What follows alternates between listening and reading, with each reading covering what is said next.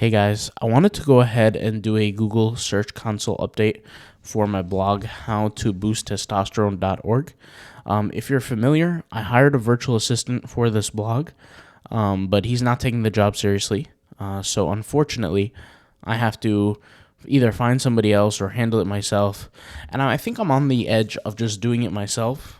Even though that is going to be harder because I'm busy doing so many different things, I feel like just me getting on camera and just talking about this will make things a little bit more clear. So the virtual assistant, I will do it once again. I will show the Search Console and I'll explain what's going on. But the virtual assistant that I had or have or whatever you want to call it, he's not committed. He's not serious about making money. I don't know what some people's issues are. Like I said, in my personal business, when I was young and I was just trying to figure out how to make money, I would die to work for anybody. Okay. But unfortunately, that's not the case for a lot of people, which is just mind boggling to me. I don't know how people are surviving out here without work. But I offered this guy work multiple times. I told him what he's going to do. We agreed on what he's going to do. And then he just ghosts. And when I message him about it, he tells me he has problems, he has this, he has that going on, but at the end of the day, he's just, online playing League of Legends the whole day. So I don't know what the deal is.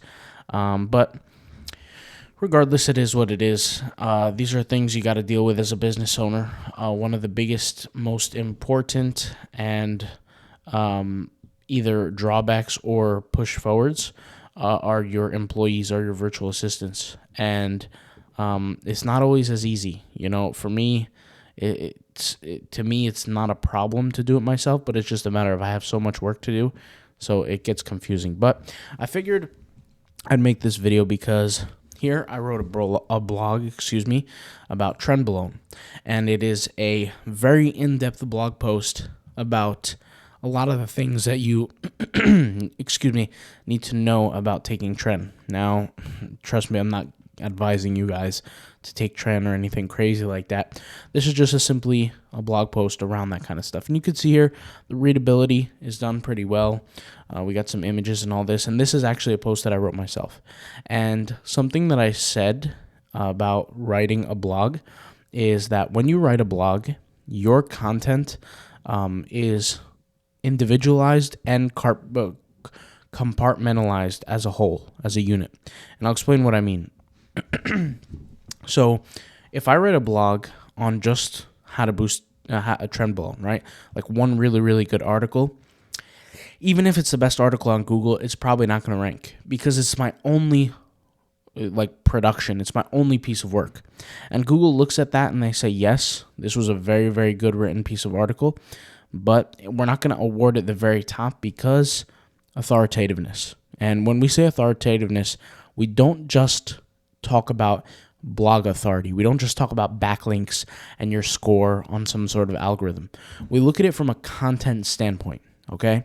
And that's what I want you to think of when you think of authoritativeness. I don't want you to think of these backlink numerals. Like if you go to search SEMrush, or if you go to what other site is there? You have what is it called? Ahrefs. So many different ones.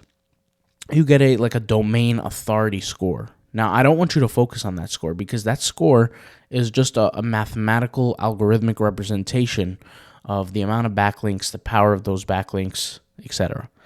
When I'm speaking of authoritativeness, I'm solely speaking on the authority of your content.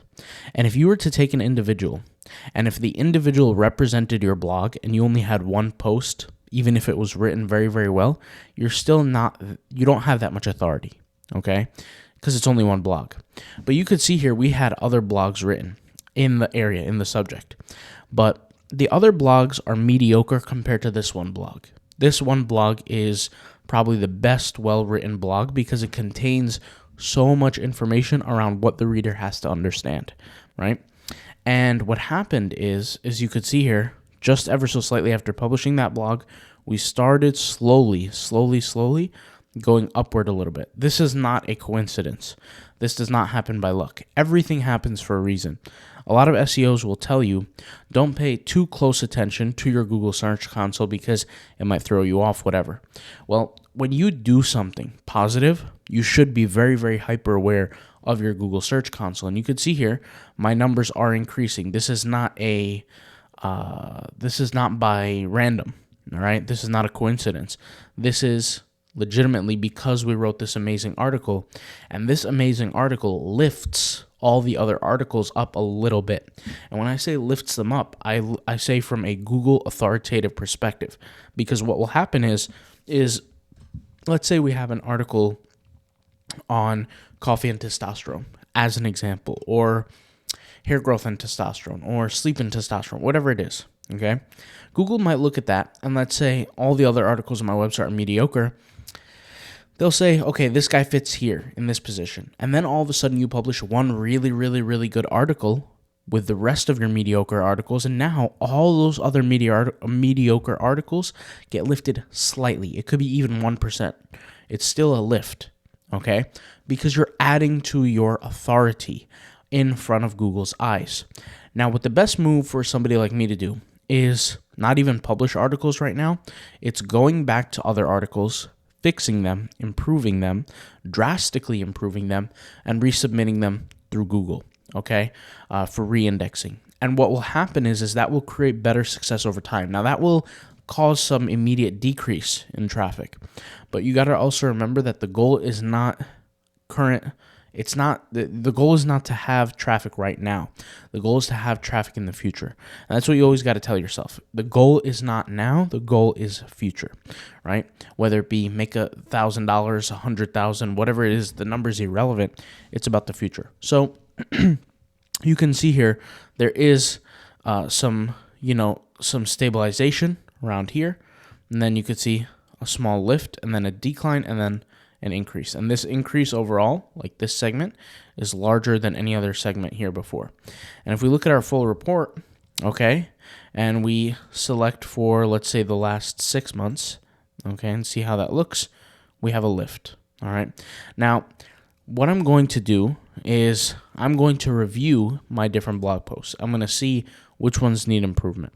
So, like, for example, I could just tell you a lot of the different blogs that I had virtual assistants write for me, they're just a bust. Like, I had this one virtual assistant before I had the second one, and he was writing damn near like a paragraph for each blog, and he called it a blog, and I actually paid him his full thing for it. Because I'm not going to be that type of guy. I'm not going to, make you work and then not pay you. Even if you harm me and you do it wrong, I'm still going to pay you, and then I'm going to get you out of my life. I'm not going to deal with you anymore. But it's just something I have to deal with, and I figured it's better that I document this because blogs are not one of these this blog really should be growing at like 3, 4, 5 times the pace, but once again, because I had a virtual assistant and I was focusing on training him, etc., and making him become better and really working with him, I gave him a lot of leeway. But that's not worth it now, because what he's doing is he's being lackadaisical. And sometimes, guys, once again, this is just me speaking at this point, is I don't have it all figured out. And one of the things that I really, really struggle with in my businesses is to find people that can work for me who can do it properly. This is also another reason why I don't hire people from YouTube, is because I'm looking for people who are long-term.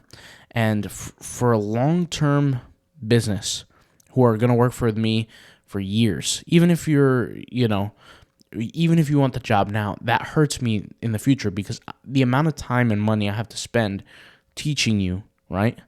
If you just leave after a few months, then what's the point? I might as well just do it myself. You get what I'm saying? At that point, you lose more resources, financially speaking. And I don't have it all figured out. Do I know how to blog very well? Absolutely. I'm very, very good at it. Do I know how to generate traffic? Absolutely. What I'm not good at is allowing others as virtual assistants to come in and run the site the same way I would and have them consistently stay. I pay them well, so the money's not an issue. I just don't know what it is. I don't know what it is. I'm going to have to figure it out. I'm going to have to see. But, I think for the sake of this YouTube channel even, I might just work on this myself and improve it myself for now and keep you guys consistently updated on it. This is just me opening up. Honestly, like I said, one of the hardest things to deal with is virtual assistants. I really don't understand some people's situations, because I think to myself, if I was in this person's situation, I would kill somebody for a job. Not in like a violent way, but as like you guys know what I'm talking about. I would really do anything for a job at certain point time in my life. But I just get confused because it's almost like people have their bills paid for them. I don't know. I can't talk too much about it, but because I just would never understand that. But I figured I'd make this video, talk to you guys about it, and show you guys the update of the growth. And like I said, it's most likely like 99% because of this blog that had lifted all the others.